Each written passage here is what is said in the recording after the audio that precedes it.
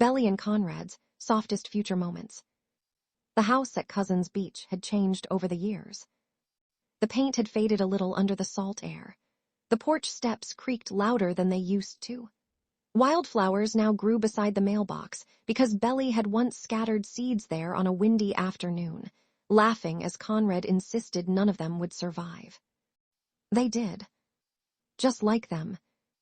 On quiet Sunday mornings, Conrad was always awake first. Not because he wanted to be, but because years of restless sleep had left him unable to stay in bed once the sun rose. He would slip out carefully, making sure not to wake Belly, and head downstairs to make coffee.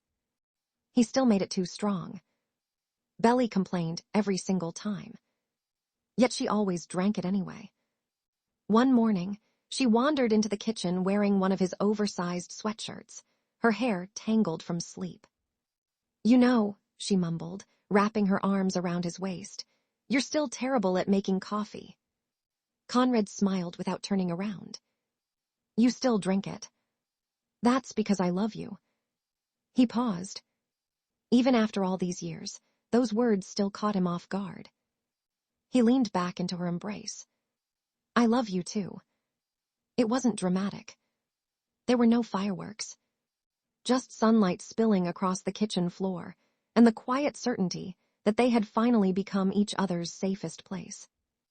Every autumn, they returned to Cousins. No matter how busy life became. Conrad's work. Belly's career. Deadlines. Phone calls. Flights. Everything waited. For 1 week every year, the world slowed down. They walked the shoreline hand in hand. Collected seashells for absolutely no reason. Argued about who could skip stones farther. Conrad always cheated. Belly always accused him. He always denied it with the most innocent face imaginable. "You definitely stepped closer." "I absolutely didn't." "You did." "You have no proof." She laughed so hard, she nearly dropped the shell she had just found. That laugh. Conrad thought he'd spend the rest of his life trying to hear it one more time. Winters belonged to blankets. Snow tapped softly against their windows, while old movies played in the background. Neither of them paid much attention. Belly curled against him on the couch, reading novels aloud because she knew Conrad secretly loved listening, even if he pretended not to. Sometimes she'd stop halfway through a chapter. "What happens next?" "I don't know." "You literally have the book." "I'm waiting for your voice." She'd roll her eyes. "So dramatic." "Only for you." She'd continue reading. His heartbeat became the rhythm beneath every sentence.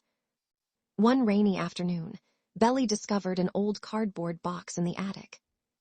Inside were photographs. Letters. Movie tickets. A faded infinity necklace. Conrad froze when he saw it. "I thought I'd lost that." "You kept everything." "I kept us." She looked at him. His voice hadn't changed. Still quiet. Still honest. Still carrying more emotion than words could hold. Together, they spent hours looking through memories. Pictures from summers that had once felt impossible. Photos where they looked impossibly young. Embarrassingly bad hairstyles. Too much sunburn.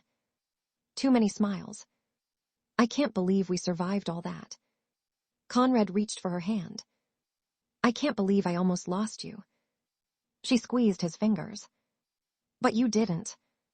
"No. I came home." His eyes softened. "You always were home." Years later, tiny footsteps echoed through the beach house. "Daddy." Conrad barely had time to stand before a little girl, launched herself into his arms. She had Belly's smile. His blue eyes. And absolutely no fear. "Daddy, Mommy says dinner." "I'm coming." She whispered loudly into his ear. "Mommy burned the pasta." Across the kitchen, Belly shouted. "I heard that." The little girl giggled. Conrad laughed so hard he nearly dropped her. Dinner wasn't perfect. Neither was the pasta. Nobody cared. They ate anyway. Between laughter. Between stories. Between tiny interruptions about imaginary pirates and seashell kingdoms. Conrad looked around the table. For years, he had believed happiness was temporary. Now it sat right in front of him, passing him the bread. One evening, Belly found Conrad standing alone on the beach.